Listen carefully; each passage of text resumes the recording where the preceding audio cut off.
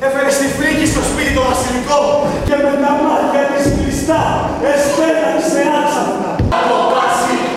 Αυτή τη μέρα 3 από τους εχθρούς μου θα πέσουνε νεκροί από το χέρι μου. Από όλα τα πλάσματα που έχουν πνοείται λογικό, το πιο αξιολύπητο είμαστε οι γυναίκες.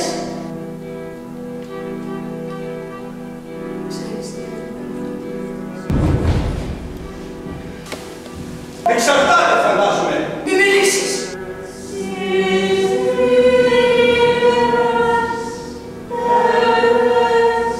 Ή μήπως να πάω στις δύσμενες χώρες του Μελία. Θα με καλοδεχτούν, φαντάζομαι, στο σπίτι τους αφού έχω προδώσει τον πατέρα τους, γιατί έτσι είναι. Μόνο τέτοιον ανθρώπων ο βίος αξιώνεται το μέγα κλαίος. Ανατρέπονται! Θα σκοτώσω τα παιδιά που γέννησα. Μη σκότωσες τα παιδιά σου. Σκότωσες τα παιδιά σου. Ελάτε, παιδιά μου. Και όπως οι μητέρες σας εκδηλωθείτε με τρίμονο. Μην με κοιτάσουνε τις παιδιά μου τα μάτια σας. Γιατί μου γελάτε.